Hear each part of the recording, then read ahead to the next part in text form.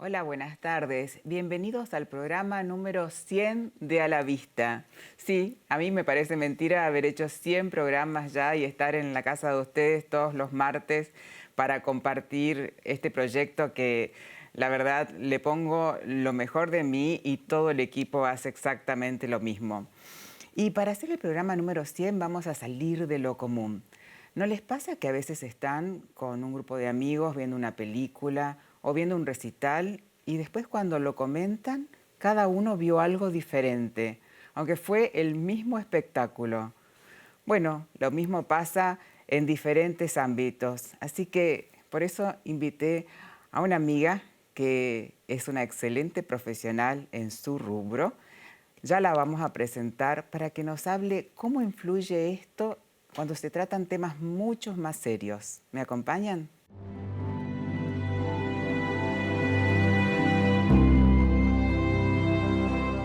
Y como les dije al principio, vamos a presentarla a la invitada de nuestro programa número 100, la doctora Valeria Corbacho. Bienvenida, Valeria. Hola, Amalia, muchas gracias por la invitación. Un placer y un honor estar en tu programa número 100. Gracias, Vale. Qué mejor que compartirlo con vos. Pero te quiero presentar a nuestros televidentes, Valeria. La doctora Corbacho es abogada, especialista en Derecho Penal y Ciencias Penales. Es máster universitario en Derechos Humanos y realmente es una apasionada por su trabajo, me consta. Pero pasa eso, Vale, que lo estuvimos hablando y por eso nació la idea de hacer este programa, de que muchas veces estamos viendo la misma situación y todos vimos cosas diferentes. Y yo creo que es porque tenemos como una huella en nuestro cerebro que nos marca qué es lo que, a qué le prestamos atención, a qué no. Pero yo me imagino cuando vos tenés que tomar una declaración a diferentes testigos, ¿cómo influye esto? ¿Cómo debe influir en un fallo? Así como puede influir hasta en un árbitro, lo que le pasó no hace mucho a Boca jugando en Brasil, ¿no es cierto? Y las decisiones son completamente diferentes. Así que Sí, explícanos un poquito, por sí, favor. es así, exactamente. No todos, o sea, no todo lo que pasa por adelante de nuestros ojos tiene que tener la misma percepción, aunque hay una firme creencia en que eso es así.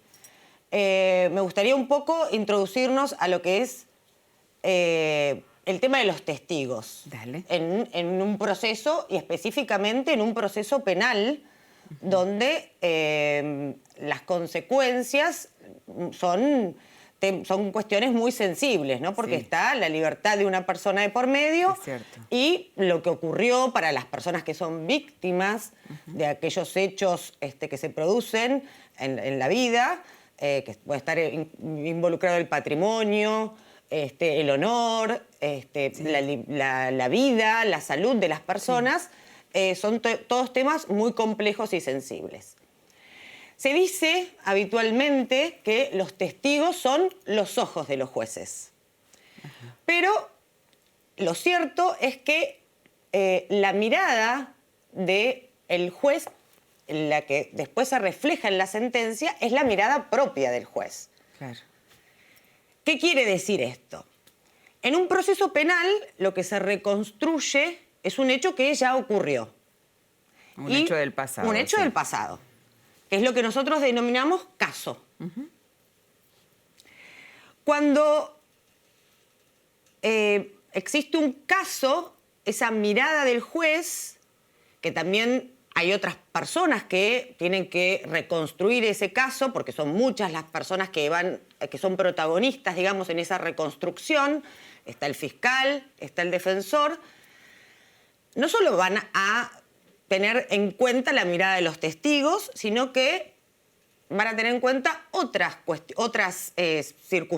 cuestiones que son las evidencias, porque lo único que tenemos de ese caso que son pistas. Claro. Las pistas son las pruebas, las evidencias. Claro. El testigo es esa persona que se sienta y va a relatar algo, pero no va a sentarse a contar cuestiones vinculadas a su vida y demás, sino que va a relatar ese pedacito de la realidad que tiene que ver con ese hecho que se está reconstruyendo. Entonces el testigo es lo que se llama órgano de prueba porque es la persona que percibió algo por sus sentidos y de acuerdo al interrogatorio que se le va haciendo y de acuerdo a lo que él percibió, algo. Puede ser que no haya sido inmediatamente el hecho, porque no es un testigo presencial, sino que es un testigo que vio, escuchó cuestiones que ocurrieron con posterioridad, pero siempre antes de que haya sido llamado como testigo, va a narrarnos cuestiones que se vinculan con ese hecho que nosotros estamos reconstruyendo. Claro. Entonces el testigo es justamente ese órgano de prueba porque aporta elementos que nos interesan desde distinto punto de vista para reconstruir ese hecho. Puede ser cuestiones vinculadas a el hecho, a los partícipes del hecho, a cuestiones que atenúan o agravan el hecho, que lo justifican y demás. Como dije recién, hay una cosa importante, que es que el testigo siempre tiene que haber percibido el hecho de manera sensorial. El testigo va a hablar de lo que vio, o lo que escuchó, lo que tocó o lo que gustó. También, y de lo que también pudo haber percibido a través de su olfato, por todos los sentidos. Les doy un ejemplo. Si una persona, incluso también tiene que ver con que puede ser un testigo calificado, porque el testigo solo puede narrar lo que percibió por sus sentidos y no tendría por qué expresarse más allá de sus opiniones. Pero muchas veces puede permitirse que dé alguna opinión que esclarezca su testimonio y podemos estar, por ejemplo, frente a un testimonio que sea más calificado por el conocimiento particular que tiene ese testigo. Le doy un ejemplo para ser más clara. Si el testigo explica, por ejemplo, que vio al acusado caminar de manera zigzagueante, que lo escuchó hablar de manera defectuosa, que además lo sintió que tenía su aliento etílico, o sea, con olor etílico, alcohol, y podría declarar, por ejemplo, que el acusado estaba en estado de ebriedad. Si además ese testigo, a la vez, que era un testigo casual, que estaba en el lugar del hecho, que se está investigando, además reúne otra condición, que es un profesional médico, podría explicar alguna cuestión específica que hace a sus conocimientos especiales. ¿Cuál sería la diferencia entre ese testimonio y una pericia médica a través de un dosaje de sangre o un dosaje de orina que se le hiciese a ese acusado? La espontaneidad de ese testimonio que se encontraba, por alguna circunstancia particular, en ese momento y habiendo podido percibir inmediatamente a través de sus sentidos cómo esa persona caminaba de manera zigzagueante, cómo lo escuchó él de manera directa, hablar con la lengua se le trababa de manera defectuosa, cómo pudo percibir directamente ese aliento etílico.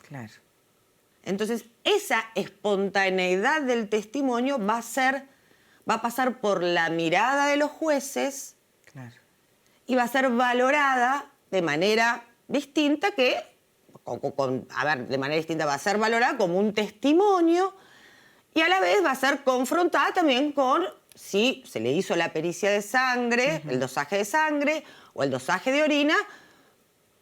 Con las pruebas fehacientes. Exactamente, ¿no? Con esa prueba científica para poder determinar cuál era, por ejemplo, el estado de ebriedad de esa persona en ese momento para saber su estado de conciencia.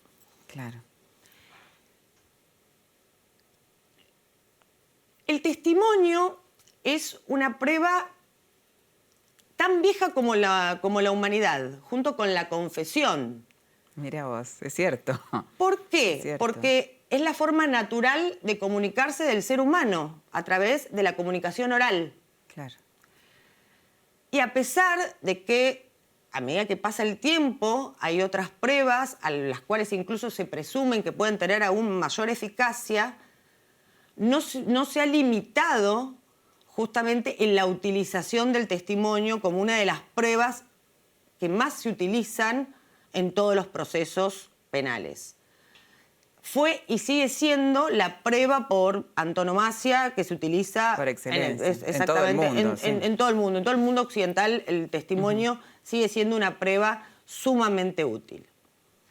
Si tenemos que buscar un fundamento probatorio, históricamente se ha dicho, o tradicionalmente, mejor dicho, se ha dicho que la experiencia indica, esto lo dice un gran jurista italiano, Carrara, que la experiencia indica que el ser humano, por regla general, percibe y narra la verdad. Y solo excepcionalmente miente, o engaña y miente. Contra esa teoría, otro jurista italiano, Mancini, Vincenzo Mancini, otro gran jurista italiano, sostiene que, por el contrario, el ser humano es instintivamente mendaz. Mentiroso. Sí, instintivamente. Hay que ver acá quién está con una postura y con otra. Y no solo cuando tiene un interés directo en lo que tiene, sobre lo que tendría que exponer, sino también que puede ser mendaz o por cuando puede suponer que decir la verdad puede perjudicar o mejorar la situación de otra persona. Claro. Dependiendo de sus intereses. Dependiendo ¿no? exactamente de sus intereses. Pero no es necesario estar de un lado o de otra postura, porque, justamente la experiencia lo que indica es que, como vine diciendo, la prueba testimonial es una prueba sumamente útil en todos los procesos y la mirada de las partes, el fiscal posa su mirada sobre los testigos, debe confrontarla con el resto de las evidencias que se recaban. Lo mismo hará el defensor o las defensas. Y luego, finalmente, eso es, en definitiva, el juicio, el contradictorio. Los jueces posarán su mirada, determinarán cuán verosímiles han sido los testimonios confrontados con el resto de la prueba ¿O no? y llegarán a su sentencia. ¿Y te pasó eso de que dos personas que hayan estado en el mismo lugar hayan visto cosas completamente diferentes? Sí, absolutamente. Y justamente traje unos 2 videos. Después vos me dirás en qué momento querés que los Vamos a veamos. una pequeña tanda entonces. ¿Cómo no? Y los vemos después. ¿Cómo no? Me acompañan porque esto es más interesante de lo que me imaginaba.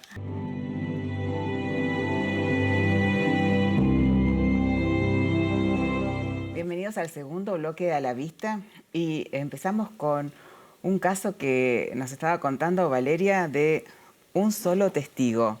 Eso debe ser más sencillo, ¿no? Va, dependiendo del caso. Bueno, a ver, cuando hay un solo testigo, lo que ocurre es lo siguiente. La jurisprudencia lo que indica es que no hay que descartar el testimonio por el solo hecho de que haya un solo testigo, sino que lo primero que hay que determinar es si ese testigo no tiene animadversión con el acusado, si sus dichos confrontados con el resto de la evidencia son verosímiles, son persistentes, son coherentes. Claro. Y en base a eso, la sentencia puede fundarse en virtud del testimonio de una sola persona.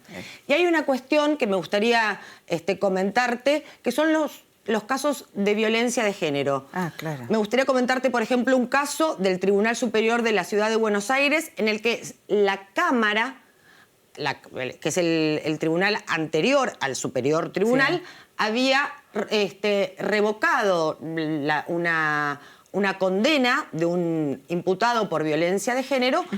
Y en estos casos se da una particularidad muy importante, porque son casos de puertas adentro. Claro, de dos personas. Exactamente. Y entonces, el testigo es víctima. no hay, obviamente, en estos casos, testigos presenciales. No es habitual que haya testigos presenciales. Claro, no es la Entonces, en este caso, el Tribunal Superior de la Ciudad de Buenos Aires justamente llama la atención sobre esto, porque la Cámara había, en el caso sobre el cual te estoy mencionando, había valorado el testimonio de la víctima, de la mujer denunciante, dándole credibilidad, explicando realmente que había una situación de violencia donde se demostraba que había denigración, que había humillación, que había una situación de desigualdad de poder, pero a la vez, y sin explicar por qué en la sentencia, se tildaba de mendaz ese testimonio cuando se refería a los hechos propiamente de violencia.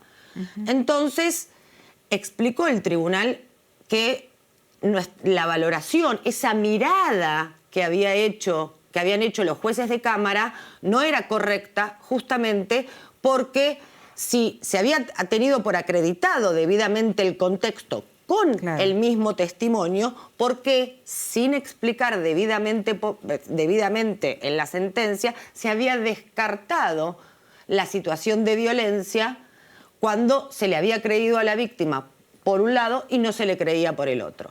Entonces, justamente para poderse descartar, se dieron pautas en cómo debía hacerse esa mirada respecto en estos casos particulares donde no hay testigos presenciales. Qué difícil debe ser eso. Hay que hacer una valoración muy exhaustiva. Me imagino. Lo que los jueces dijeron, hay que agudizar la mirada en estos casos donde tenemos un solo testigo. Bueno, también hay casos muy llamativos, por ejemplo, cuando los jueces tienen que posar su mirada sobre únicamente testigos que declaran haber estado en estado de ebriedad después de haber, por ejemplo, consumido bebidas alcohólicas, dicen muchas bebidas alcohólicas, durante toda la noche y hasta altas horas de la mañana. Bueno, la decisión de los jueces es, me quedo con este testimonio, aún sin contar con una pericia que diga cuál era el estado de ebriedad. O sea, ¿cuál es la seguridad que tienen esos jueces para decir cuál es el grado de conciencia de esos testigos? Tienen una visión distorsionada de la realidad, están mintiendo, están diciendo la verdad. Como juez, estoy en condiciones de posar mi mirada y darle credibilidad a eso. Exactamente, y hacer una sentencia a través exclusivamente de ese testimonio, a través de esa mirada distorsionada o no, a través de personas que han estado bebiendo durante largas horas de la noche. Bueno, eso lo dejo a criterio de lo que cada uno pueda pensar. ¿Cómo sería ver a través de los ojos de una persona que ha estado bebiendo durante tanto tiempo, ¿no? Claro, sí. Y contame un poquito lo de los videos. Bueno, justamente vos me preguntabas qué pasa cuando no todos vemos lo mismo. Sí. Porque cuando uno está enfocado en algo y pasan determinadas... uno a veces no está esperando que ocurran determinadas circunstancias. Sí.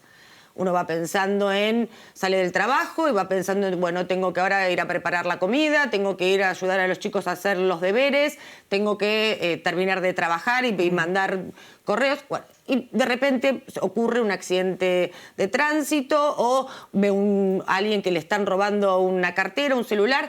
O sea, ¿en qué estamos nosotros focalizando nuestra atención, más allá de lo que estamos viendo, yendo, escuchando? Sí. Oliendo, tocando, ¿dónde están nuestros sentidos en ese momento? Tiene que ver más que con la vista, más de lo que percibimos, dónde está focalizada nuestra atención. Claro. Por eso me gustaría, si podemos ver un video que es un ensayo que tiene ya muchos años, donde justamente acá lo tenemos. Se hace alusión a esto. Acá lo que tenemos que tener en cuenta es que tenemos que tratar de contar cuántos pases hacen los jugadores del equipo blanco. Eso es lo que tenemos que prestar atención. Tratar de contar, a ver cuántos pases se hacen estos jugadores. Focalizar la atención en eso. Sobre todo...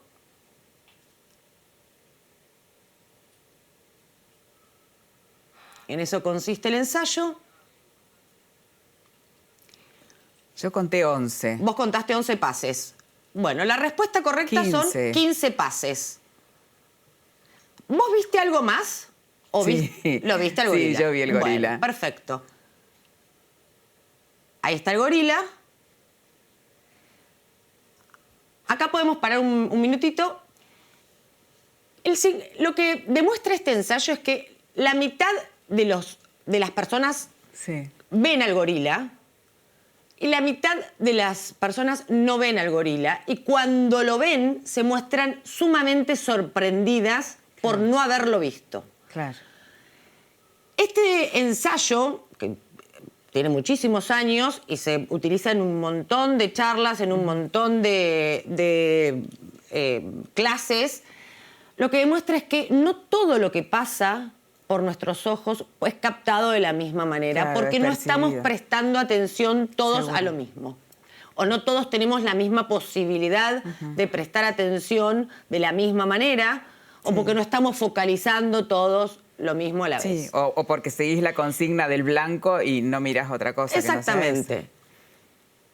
En el otro video vamos a ver, o sea, y esto llevado al plano legal tiene sus consecuencias muy importantes y gravísimas. En el otro video, también del mismo científico, acá le podemos, es un test de atención selectiva. Acá se le puede poner, acá tenemos dos chicos que son totalmente distintos. Sí. ¿Fuese sustituido por Leander? Sí, que están vestidos parecidos. Una prueba concebida por el psicólogo estadounidense Daniel Simons. La prueba que hace Disculpe, es busco un que Volkswagen. este chico le pregunta a alguien por el nombre de una calle, Busco un Volkswagen. ¿Un Volkswagen? Sí. Déjame por un pensar. banco, ¿Dónde está? y ahora se intercambia con otra Queda muy persona. cerca de aquí. Sí, hay uno Le a la sigue vuelta hablando de la como esquina, si en la nada, plaza del mercado. porque no le presta atención. Claro. Sigue haciendo así Disculpe, el busco ensayo. la calle Silver. No tengo ni idea de dónde estoy.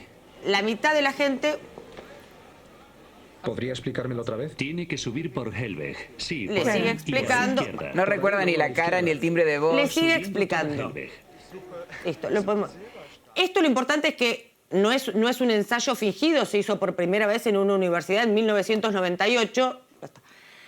Y lo importante de esto es que esto llevado a consecuencias legales podemos percibir la mitad justamente o cuestiones parciales de la realidad. Claro. A mí me ha pasado en juicios muy complejos que las personas identificaban específicamente uno o dos autos de los que estaban Circulando, supuestamente sí. involucrados en el exactamente, hecho. y cuando se le exhibían imágenes captadas por los domos que están hoy instalados, hoy sabemos que todos vivimos en un gran hermano, instalados en la ciudad, veían que habían estado circulando simultáneamente y concomitantemente 8 vehículos más allá de los 2 autos que ellos veían. identificaban. Sí. Y estaban circulando por adelante y mucho más cerca de lo que estaban los otros vehículos que ellos identificaban. O sea, la realidad es que uno focaliza muchas veces lo que quiere focalizar, lo que también después repiten muchas veces los medios de comunicación, que también es algo que y se contamina. que se contaminan también mucho los testimonios. Hoy también, además de los testimonios, como dije yo, tenemos otras recursos, otras evidencias como la tecnología, como los videos, donde por exactamente las imágenes de video, las fotografías, los teléfonos. Mucha gente hoy está con el teléfono en la calle, que realmente eso, bien utilizados los recursos para llegar a la verdad real, juega a favor permite nuestro, exactamente que no se cometan grandes errores judiciales que han llevado muchas veces a inocentes a la cárcel o que han permitido que queden impunes grandes crímenes. Grandes culpables. Qué apasionante. Y yo que te veo y te he visto trabajar y sobre todo cómo estudiás cada caso, me imagino las horas que estarás con todo esto. De ahí todo lo que sabes, Valeria. La verdad te agradezco muchísimo que hayas venido, Bueno, que un nos placer. hayas que nos hayas explicado esto, y yo creo que ahora cada vez que veamos una serie, una película o que veamos algo de la vida diaria, de lo que vemos en los noticieros, vamos a prestar más atención. Bueno, muchas gracias, un gusto enorme estar con vos y te felicito por tu programa, por tu dedicación y por muchos, muchos 100 programas más. Gracias, Valeria. Y nos vamos con ustedes al programa 101 el próximo martes a las 17:30 por Canal Metro, aquí en A la Vista, y ahora todo el equipo a festejar. Gracias.